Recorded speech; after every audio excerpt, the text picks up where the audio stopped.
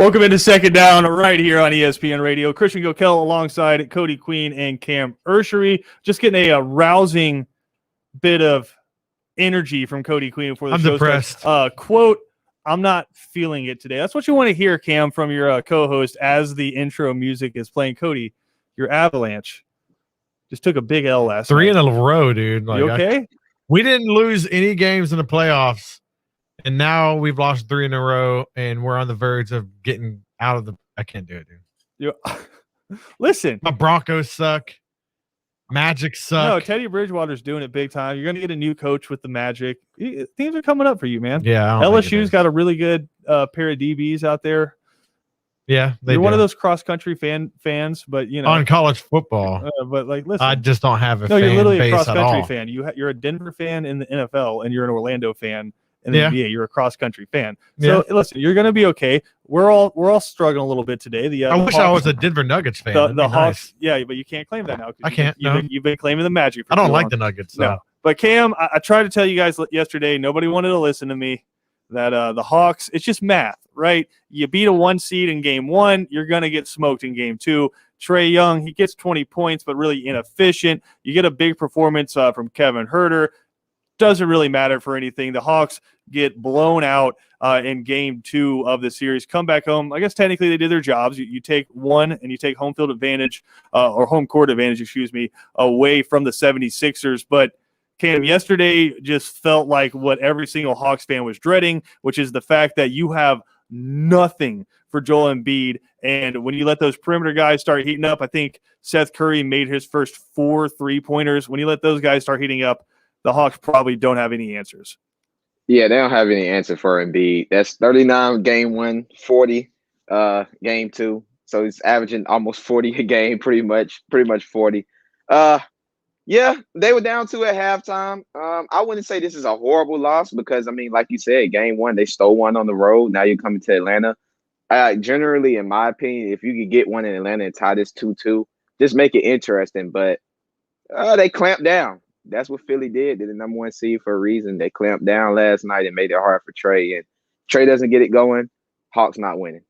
And I think Trae is going to have to realize, because we've spoken about this before, Cody, he's done a really good job this series taking what he can get, right? He's going to distribute the ball if he drives to the lane and they all crash down on him. He's got the floater going, and if they give him the shot, he's going to take a 3-pointer.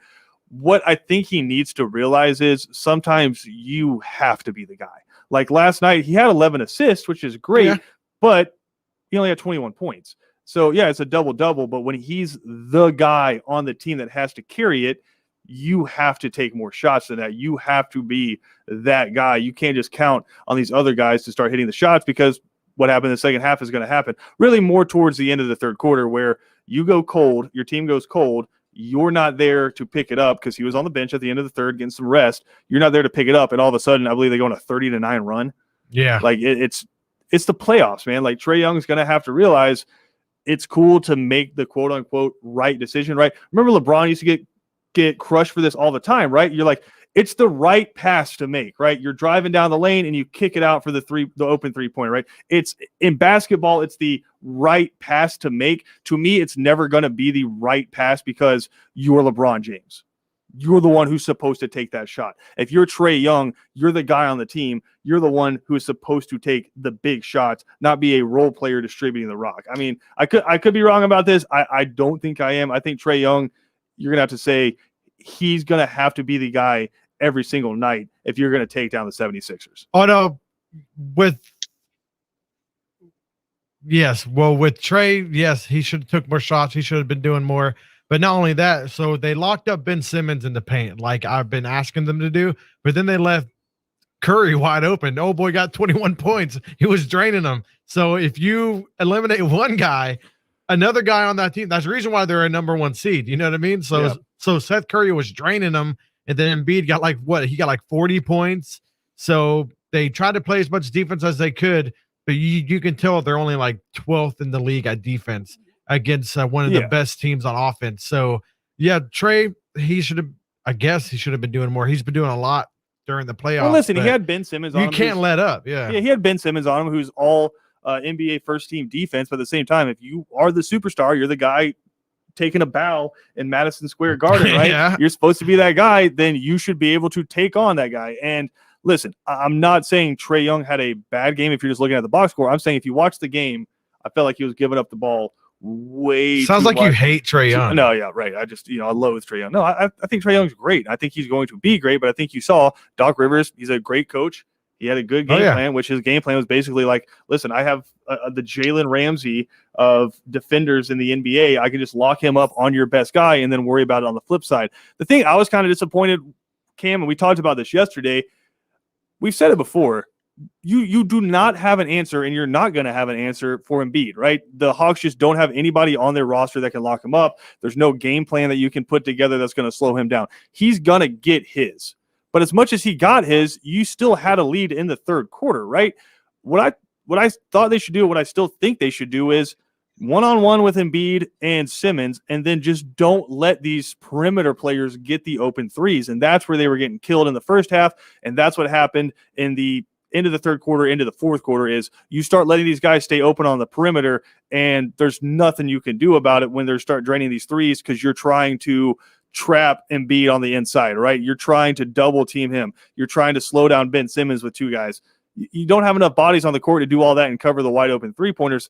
I think you go into game 3 at home and you say, look, Capella, you got to start banging with Embiid, and you just got to – it's going to be him. We don't care if you give up 40, 45, and the same thing with whoever, if it's Bogdanovich, and if you put him on Ben Simmons. We're not worried if he scores 30 because that's 70 points. That's fine. We can live with that. What we don't want is the peripheral guys to start just pouring in shots.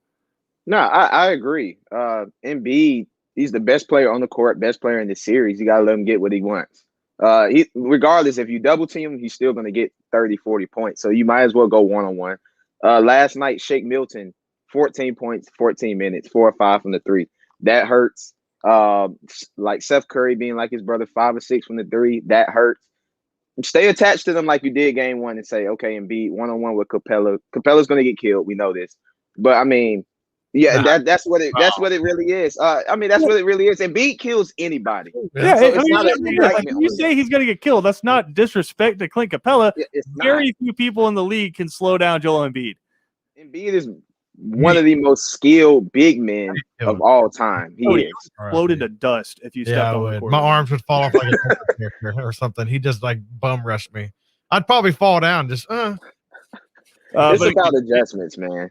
Look, the Hawks, if you look at it from the macro point of view, they take one away from them. You get home court advantage back from the 76ers. But I think the fourth quarter of game 1 and then what you saw in game 2, if I'm a Hawks fan, I'm a little bit worried about that. I know Matt Chernoff up on 680, the fan in Atlanta, saying, you know what, I still feel like Hawks in 6. Matt, I respect you, dog. I don't know what I've seen from the past couple of games that would lead me to believe that. But good news is, we had the Atlanta versus Philadelphia day yesterday. Atlanta versus Philadelphia, you took 1 out of 2. The Braves get the big 9-5 win there over the Philadelphia Phillies. It got a little weird for a minute, and I kind of want to go through this a little bit. Drew Smyly, the narrative around him this season has become, after he goes through the lineup twice, get him out. It doesn't matter what inning it is. It doesn't matter how deep into the game you are in terms of pitch count. Once he's gone through the order twice, you've seen it all year, he starts giving up hits and he starts giving up runs. First 2 times through the order, great job. You only give up 2 runs, right? We can manage that. We can live with that. But for whatever reason, Brian Snitker wanted to allow his guy the shot in the 5th to go out there and be eligible for the win, right? You got to get through 5. Want to get his guy that shot, goes out there 3rd time through the order, gives up a couple singles. Then all of a sudden the Phillies start scoring runs. They take the lead back away from you.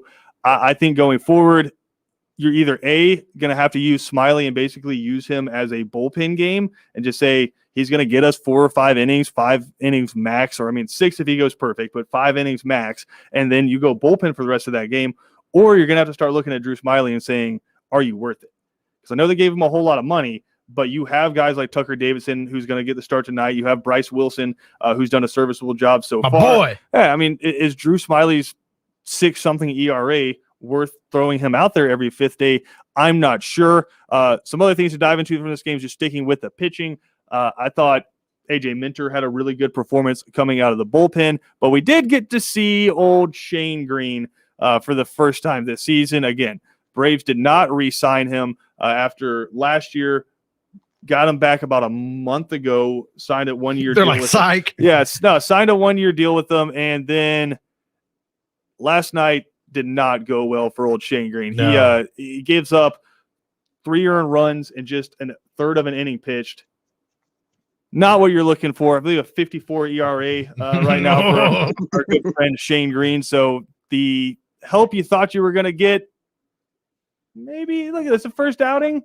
But if that's any indication, it's pretty much how the Braves bullpen has gone all year. It's you got a lead, we're leaving you with a lead, and all of a sudden the lead's gone. All year, dude. All year has been like this. I feel like it's just repeating ourselves over and over and over and over. Even at the beginning of last year, even the year before, I feel like it's the same thing over and over. Usually they do fix it after the All-Star break, but right now it's looking like literally the same old Braves team in the first half of the season. It's just the bullpen is just it'll give you gray hairs, and I have enough gray hairs on my face. And You do. dude, it will give you some gray hairs. Hey, you young guns, both of you guys, Atlanta fans, gray hairs are coming quicker than my gray hairs. Okay, I can kind of see it on the side. Yeah, though, you don't see any gray hair. That's just it's really, really blonde there. But Sean Newcomb gets the win for the Braves last night. He throws a scoreless 7th to earn that win. He's 2-0 on the season now. But the Braves used a big 8th inning, put 5 runs up on the board to get the win last night. I was actually talking to Kevin while that was happening. It was really fun. We were playing video games. Got a dub. It was really fun to give Kevin the play-by-play while that was happening. Right. But Ronald Acuna Jr. hits his major league lead, tying 18th home run, currently tied with Vladimir Guerrero Jr. for that right now. Braves got another game coming up against the Phillies tonight. We will have pregame coverage starting for you just after 3 and Out. Make sure you stick around at 4 o'clock on 3 and Out. We'll catch up with Coastal Carolina head football coach Jamie Chadwell. The Chanticleers, Cody. Chanticleers. If I didn't know their logo, I wouldn't even know what the heck that is. Dude. It's a chicken, right? A super rooster or whatever. They're super roosters. Like, you know what? It technically was like a super rooster, a raptor. So, just saying. Yeah, I mean that's a scary fighting chicken right there. But the Chanticleers head coach are going to join us coming up at 4 o'clock. They are the favorite right now to win the Sun Belt. You got Grayson McCall back at quarterback there, Isaiah Likely, one of the best tight ends in the country there, and a plethora of others. I'm always going to have a soft spot in my heart, and I know there's some Georgia Southern fans listening right now, and I apologize, but listen, when you hear the name, you're going to understand why. I got a soft spot in my heart for App State this year because they have a center named Bear Hunter. Oh, that's the most redneck thing I think I've heard That's in awesome. a very long time. Yeah. That's awesome. Almost as good as Bumper Pool. Almost as good as Bumper Pool or Cavassier Smoke is pretty good. Oh yeah, no, dude, Cavassier. Oh yeah, baby. That's pretty good too. But Bear Hunter with App State. We'll catch up with Jamie Chadwell coming up at 4 o'clock there. But the NIL has gone all the way to Washington. Some Senate subcommittee hearings, going on right now in Washington. NCAA President Mark Emmert, along with a cast of others, presenting their thoughts and being deposed on what they think an NIL bill should look like from the federal level. We'll come back and discuss that next right here on Second Down.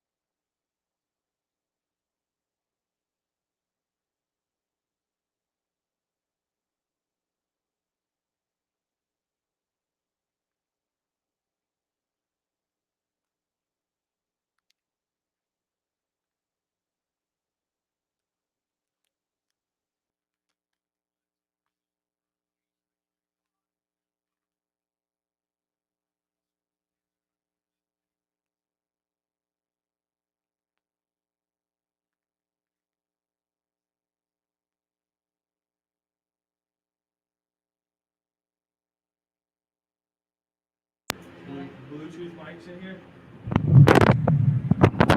Mic check 1 2 1 2. Mic check 1 2 1 2. Good.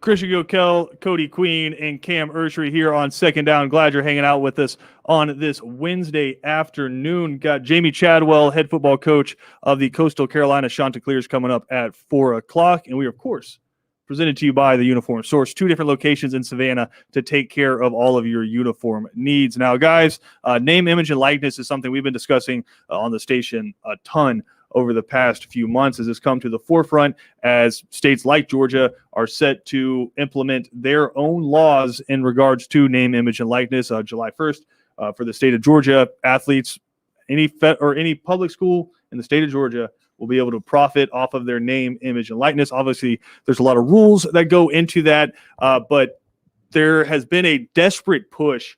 Oh, go ahead, Cody. I have a question. Shoot. Does that go for all cheerleader? We do have a Georgia cheerleader in. Well, we're just gonna bury in the lead office. here. Are they allowed to make money like that too? Well, we're just gonna bury the lead here. Let's just completely take it in a different direction. Yes, in the studio with us right now, we have a new intern, and a cheerleader. It's not what I'm trying to get to. I'm asking if she's allowed to make money off of. Well, I mean, if we're gonna talk about her while she's sitting here, we might as well let her talk. No, we have a Georgia cheerleader in here with this new ESPN Coastal intern making her radio debut here on ESPN Radio. Southern Brit.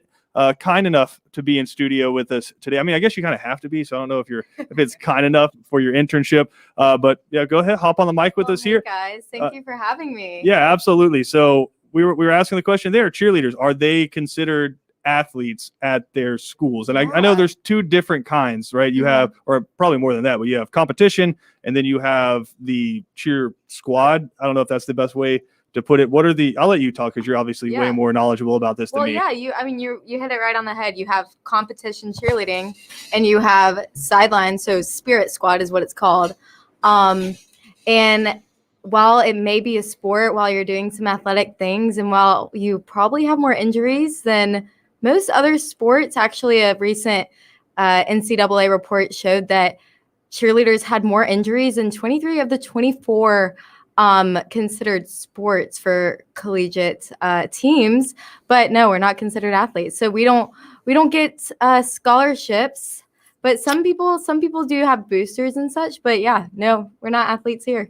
Yeah, just doing like triple backflips, but they're not considered athletes. But no, we've been discussing this, and the point of contention right now, as this congressional committee that got together, they've interviewed people from media members to, again, NCAA President Mark Emmert. All were set to testify today, and they gave different perspectives, I guess. Mark Few gave his perspective, right? Which he did a complete 180 on name, image, and likeness because he was completely against it as of recently as 2019. But got together, got deposed. But the big one is Mark Emmert, and he wants really 5 things to come out of this.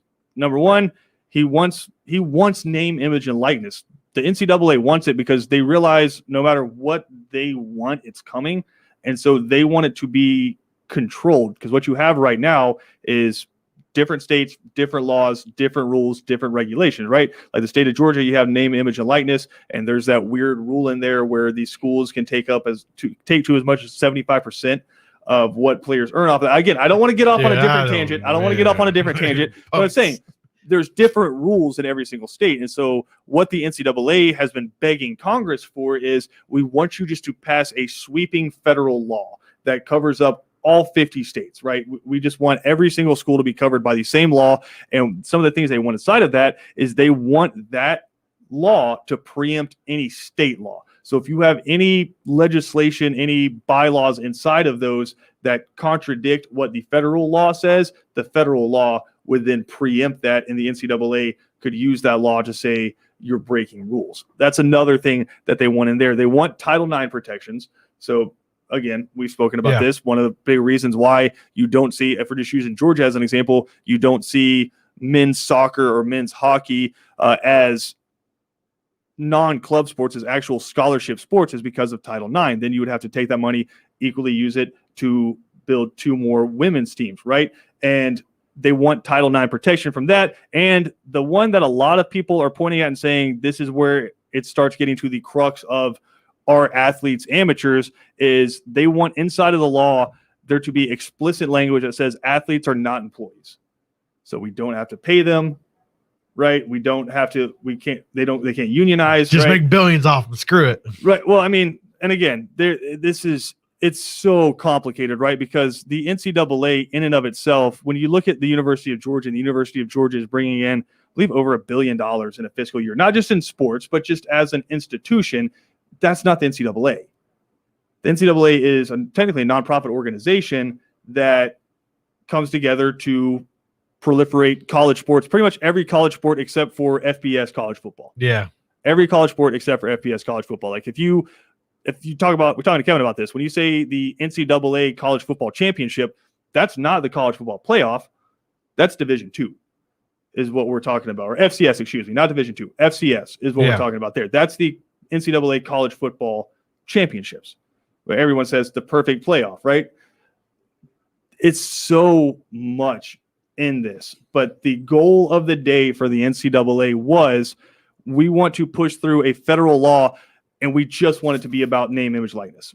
We don't want what a lot of the senators that were on this hearing are asking for, which is you should have a money pulled together to take care of smaller schools. That's one bone of contention. Another one inside of that is they want these schools to provide health care for the student athletes after the athletes leave the schools. Yes. So, well, you say yes, but Cody, I'll ask you this. You're a member of the armed services. How big of a cluster bomb is the VA? Yeah, it's not the best. Yeah, but it's better than nothing. And here's my other point about this is, and I'm not taking a side one way or the other, I'm just stating facts about it. The University of Georgia or the University of Texas, Southern Cal, could they maybe afford, because you're not just talking about football here. You're talking about, we are reading what these senators said correctly. You're not talking about football. You're talking about football, softball, volleyball, baseball. Every single scholarship athlete that comes through and plays for your school, you're going to provide health care for them for the rest of their life. Maybe. Well, not healthcare. So when it goes to the VA, it's service-connected injuries. Right, but So Just- say if you tear your ACL, Right. you will forever be taken care of Sure. tearing your ACL because you put your body on But the line again, for your school. Even with that, big schools might be able to afford that forever. You get better care. No, big schools might be able to afford that forever. Lower level schools, there's no way in hell they can afford that. And so that's when, on the flip side of that, they're saying, okay, we want to pass this legislation where we're going to make these schools pay for the health care for their entire lives, for the rest of their lives. But if the smaller schools can't afford it, we want pooled money from every single school. You're nodding your head. I disagree with this. We want money from every single school to go up in a pot. Therefore, we can help the NCAA can then help those smaller schools by giving them grants and giving them money to pay for this. I think we're forgetting a Take couple from the TV money. No, I think but again, these are all completely separate. We all throw these into one pot and say, just take the TV money. That's not the NCAA's money. When you say take the TV money, what TV money are you talking about? Because if you're talking about the millions of dollars the SEC makes every single year off of TV money, that's not the NCAA's money. That's the SEC's money. That's 14 schools that came together, formed a conglomerate, and sold their conglomerate's rights. Okay. And got money based. See, I was not aware it went to SEC. But so you have different. It's the difference between a federal law and a state law, right? It's the differences, right? So it's not NCAA money. That's the SEC's money. The schools in the SEC pay their dues every year. Yeah. To the SEC. Like the mob boss, to the NCAA. It's like mob boss. No, but you pay. Stuff. I was talking to BJ about this. It's like paying taxes, right? Yeah. We pay taxes, so we have roads and we have firefighters and we have police officers that if I call 911, somebody answers. We pay taxes to be a member of society. Yeah. Right. These schools pay their dues to be a member of the NCAA because it's not just FBS football. The University of Georgia Southern, they pay dues to the NCAA so softball can compete in NCAA events, right? That's why you pay your dues to the NCAA and you become an NCAA chartered school, right? Yeah. That's why you pay those dues. And so when people say just take the TV money, what TV money? No, you're right. I didn't know it went to SEC, not the biggest money maker for the NCAA every single year is the men's basketball tournament. And that's a huge amount of money. Yeah. But again, NCAA operates as a nonprofit. College athletic departments operate as nonprofits, because they're taking that money and redistributing it out inside their schools. What does the NCAA even do? That's a hell of a question. Worthless, I mean, one of my biggest questions for the NCAA with this name, image, and likeness is, okay, you get the money, then what? Like, and again, I don't think they have a problem with name, image, and likeness. I think the NCAA, the reason they don't have a problem with it is because it's not taking any money away from the NCAA. Is if you played scholarship sports, so say you played softball and you went out and you were able to make money off of that and say, hey, I have 100,000 people following me on Instagram or something like that. I can make money, therefore, off of my name, image, and likeness. The rules inside of that, the only thing that's really blocking you from anything is you just can't say at the University of Georgia. You could be a softball player. You just can't use the school to make money, because that gets into a gray area of, are they then basically setting up payments for you through your name, image, and likeness? If this works out the way a lot of people are begging for it to work out, is the school and the player would have nothing to do with each other on name, image, and likeness. You would literally, because we were talking about this, people in college right now are so much better at social media and monetizing off that, or would be monetizing off of that, than 10, 15 years ago. You're so much more aware, and there's more algorithms and systems in place to monetize off of it. Players have YouTube channels, sure, TikToks that are viral, but they can't make money off of them right now. Whereas now you could. And it's just, there's a separation between the church and NCAA in that. All they're basically allowing you to do is you can go out there and make money off of who you are. You just can't say, you can say, I'm Jack Smith, quarterback at big school. You can't say that. You can't say I'm Jack Smith, quarterback at big school. You can say I'm Jack Smith. Or can you say I'm a collegiate quarterback? So you can't even bring up college. You could be athlete, quarterback. But for the most part, let's use somebody who's not in school anymore. Say Jake Fromm. How much money do you think Jake Fromm could have made just by saying I'm Jake Fromm? Oh, yeah. He doesn't have to say I'm Jake Fromm, quarterback at University of Georgia. He says I'm Jake Fromm. And look, he would make a ton of money doing that, but they're like, well, what about the smaller kids? And again, now we're talking about name, image, and likeness and getting into the minutia of that.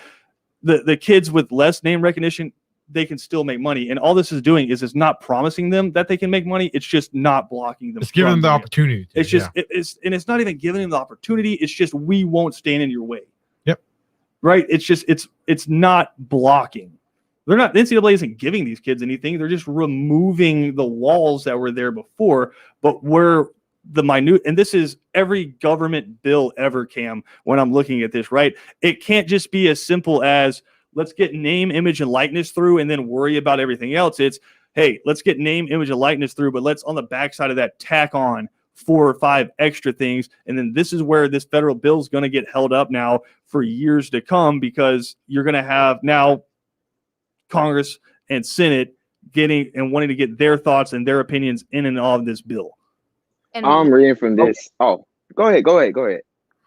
oh, well, I was just saying to that point. She said, is "Oh, all of a sudden, sorry, I didn't even hear that. I heard like athletes are going to start wanting to go to the schools where they can make the most money because of social media following. Sure. So you're going to start looking at these fellow players being like, I want to make money in college, so I'm going to go ahead and have a social media platform. But go ahead. No, Cam, I was going to say, and just off of her point there, Mark Few Gonzaga said this. He said right now there is a recruiting advantage with schools that are in states that already have name, image, and likeness laws in place in the transfer portal, right? Gonzaga just lost a point guard, I believe, to the University of Georgia. So we went from a state without a name, image, and likeness law to a state with a name, image, and likeness law. So these coaches in states that don't have these laws in place are desperate for this as well, because they're potentially losing players because they're like, look, listen, coach, I appreciate you, but I want to go make money. Yeah, it is a big advantage, and like I said, it's a huge headache. I think you should just pass a law everywhere. Let the kids make their money. It's gone on long enough. College athletes, they generate a lot of money. Even if it doesn't have to do anything with the school. If a guy could be at Savannah State, he sells his T-shirts or whatever, he signs T-shirts for $5. That's not hurting the university. He's making his own money. I don't get the issue and why this has been going on forever, but it's just a big headache in my opinion. because old people don't like fun, dude. That's why." No, it's just exactly what it no. is. I mean, just say it is what It's it been is. like this forever. Why we don't like change? No, There's it's not even way we don't change. like it.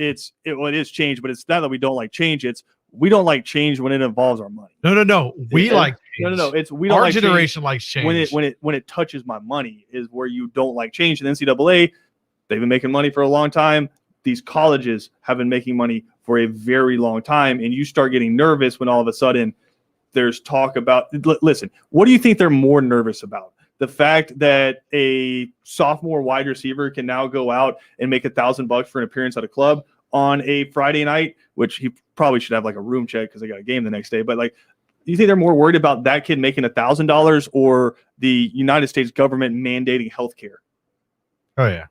What do you think they're like? What do you think they're having nightmares about? That freaking healthcare. Yeah. Like, oh, yeah. Because again, Which you open my eyes to that. Which you do this sometimes. That's not going to work. It's not going to work. It's what it's going It's going to do. completely screw over the What middle it's schools. going to do is you're going to have, and this is just my opinion of this, and there are obviously way smarter people. Some people would argue not, but I believe there, and I hope there are way smarter people than me in our United States government right now. Oh man, And- you are really rolling the listen, dice. God, I hope. I pray and I hope that is the case, but and I hope they would come up with a better solution than we're mandating this. You guys figure it out. You guys pay for it. Is what you would see if it came through. If it came that you have to pay for every single student athlete that comes through, even if it's what you said, even if it's only for injuries that occurred while you were a student athlete. It would be great, really, but is it feasible? Really, where this started is obviously the brain injuries Mhm. in football is where in the CTE, and a lot of this has started. I mean, you have huge settlements being paid out by the NFL right now. We really haven't heard about that inside of college football. But even if you did that, what you would see across the country, and I can promise you this, small schools would stop offering sports. Oh yeah, Because as soon as it starts costing you money to operate it, which if you look across sports for the most part, I believe outside of LSU baseball, the only profitable Yeah, yep. sports were football. Yep. It's a huge moneymaker, but as soon as it starts costing a ton of money and then you have litigation and you're being sued for healthcare, you're going to see a ton of small schools start dropping sports. And you, but dude, all- you quick start question. JUCOs get rid of football. Quick question. probably immediately. like probably immediately. immediately. And so you would either see sports gone completely, or you would see them greatly reduced. Because again, we were talking about Title IX. You would see them greatly reduced, and inside of that, what you would see is all of a sudden tens of thousands of scholarships for kids who had no other way to go to school would start drying up. Oh, what was your question, Cam? All right, quick question. It relates to college basketball. You said it's a money grabber. March Madness is a money grabber, right? Tournaments and everything. Okay, look at all the top recruits that are going to the G League now to make 500K. So how is college basketball going to combat that? How are you going to battle that now? They're getting 500K to play 20 games and then go to the league. How are you going to battle that? How are you going to go against that? That's the issue I have. That's what I'm trying to get the answer of. Because that's a lot of money. That's And that's where I think $500,000. name, image, and likeness is going to come into play a lot. Where I think if you have a top recruit coming out like a Zion Williamson and he comes out, you know he could have walked out of high school with a contract by Nike or Adidas, whoever he wanted to, right? Like he could have walked out of high school, gone to Duke with a name, image, and likeness contract. Now, where it's going to get sketchy, and again, this is getting really into the minutia of it, where it's going to get sketchy is you go to a Nike school and you got an Adidas contract. Like, is that my man over like, here is it, mixing it up. are we going to start seeing randomized shoes in NCAA basketball? I don't know. Or is it just, listen, I wear Adidas on days off and I wear Nikes on game day. That's what I got to do. It's the minutia. It's the landscape is changing, but I think the crux of the argument right now is the NCAA wants name, image, and likeness, and they want a federal bill that grants players the ability to make money off of their name, image, and likeness. The problem we're running into right now, and some people will argue it's not a problem, but the conundrum, I guess is the best way to put it, that we're running into right now is the fact that, like any other bill, people are going to want to see things tacked onto this bill to push it through because it is such a hot stove argument and subject that people want to rush through. Listen, universal health care for student athletes provided by the schools is going to be really hard to palate for a lot of schools. But if they tack that onto the name, image, and likeness thing, maybe they feel like they can push it through. I think you'd see a lot of unintended consequences from that, where you reduce opportunities. We'll have to wait and see. Those hearings just wrapping up. Amazing job by Ross Dellinger of SI.com, keeping us up to date with that. We'll talk about it more coming up on 3 and Out. Got to take a quick break. We'll come back with more right here on ESPN Radio.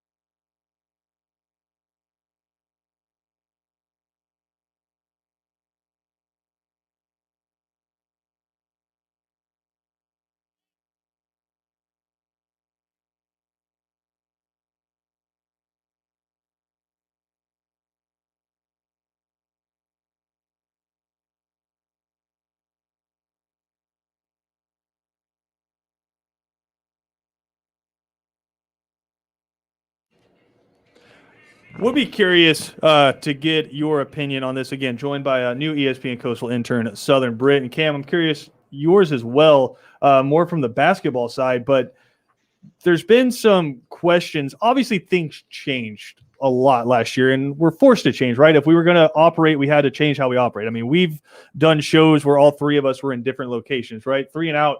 I mean, we've only done 2 or 3 shows where everybody's been in the same building in over a year and a half. Yeah. Almost coming up now. So things had to change this past year to be able to operate. But now as we slowly get back to normal, there are some things that I think are lingering. And one of them is play-by-play. And there's a lot of fans that are upset because in some of the bigger college football regional or college baseball, regional games, ESPN decided that they were just going to have their play-by-play guys do the calls from their house on monitors. And I mean, we saw Kirk Herbstreit have to do that during the college football season because he tested positive for COVID-19. Cam, I'll start with you. Do you think that's feasible doing it that way in the future? Because in my opinion, I think if you are the play-by-play and you're the color of games like this, you need to be in stadium. No, I don't think it's feasible, and I agree with you. If you're play-by-play, you need to be there in the atmosphere, getting the same treatment that the fans are getting. We want it live. I don't think you can get it live necessarily through TV like they can in actual face-to-face. So, sure. Yeah, I do agree with you. And Southern, we were talking about this earlier. It's not just game day that they're there, right? Like when you see Gary Danielson and Brad Nessler on CBS, they're not just showing up to Jordan-Hare on Saturday. They've spent 3-4 days with these coaches, sitting down, talking to them. This is where they get the background with them. And obviously you can do all of that virtually now, like, right. We can hop on a Zoom call, but I just don't feel like you're going to have the same level of what you have when you have that in-person conversation. And then you have the in-person in-stadium feel, because what's a broadcast? A broadcast is you're supposed to be bringing what's happening in that stadium to me in my house. Right. No, you said exactly what I was going to hit on. The play-by-play and the color, you're supposed to tell the audience at home what you're seeing when you're in the atmosphere at the stadium. And you're supposed to give them the insider info that they wouldn't know watching on the television. So how would you know that if you're also watching it on the television with the audience at home? It makes no sense to me. I get it why other sports broadcasting networks want to do it. They want to save money, save time, maybe use their broadcasters across different games, not have to fly them everywhere. I get it. But when you're talking about the quality of a broadcast, it just doesn't add up. And Cody, it's always the argument with the bureaucracy, right? You're going to have people who are inside of these companies who could care less about sports. Like they literally, their job is accounting, and they look, it's the reason Dan Le Batard isn't at ESPN anymore, is they fired Chris Cody, who is a huge part of that show, just due to a clerical thing. They looked down, they said, producer, we got to cut these guys. All right, let's cut this guy. And it's because they just didn't know. They didn't pay attention, right? You have to be involved with the sports to understand how it works. And when they say, oh, we just saved X amount of money by not sending Kirk Herbstreit and Chris Fowler to these games, why don't we just do that all the time? Just have them do it from their houses. It's one of those things where you have to, I believe, spend money, and it's not a lot of money compared to how much money they're making off of these and how much they're spending to broadcast them. Like with the NFL, how much that's going to start costing in the SEC. It's not a lot of money in comparison to send these people and pay for hotel, food, and travel. It's not a lot of money, but I think it's something where it could become detrimental to the point where people say your broadcast isn't as good. Well, you get a better broadcast when you have more of a personal connection. You've called games. You're going to be doing more games, especially with BC this year. And you have more of a personal connection when you're there with the coach. You're there. You're seeing his body language, doing all this. Someone's just sitting in front of the screen and you're just looking at him. It's not very personal. Sports is very a personal thing, trying to get in-person type of thing. That's why everybody wanted fans back. Also announcers back. It's equally having everybody back in the building and it's fun. Sports are fun. It was got to have everybody there. It was eerie listening to the radio calls, especially early in Major League Baseball last year, because you just be listening to Ben Ingram and he would call a home run and you just heard nothing. Yep. After he called it, like it was eerie doing that. And a lot of times, and they're still doing this, they're calling away games from Truist Park. And so they're watching on a monitor, having to call these games, and they're missing a lot of things. So it's going to be something interesting to see. I want to get Kevin's opinion on it. We'll talk about this more on 3 and Out, but really something we're going to see maybe change in sports. Hopefully we don't see this change. We can get back to normal a little bit there. Got to take a quick break, though. We'll come back. Final segment of Second Down next.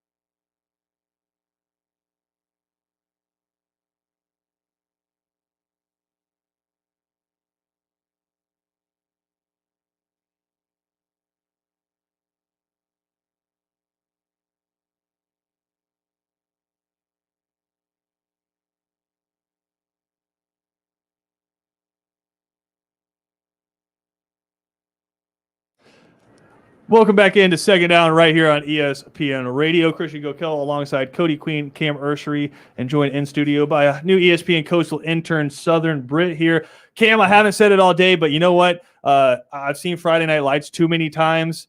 My old coach Gary Gaines told me ain't no such thing as curses.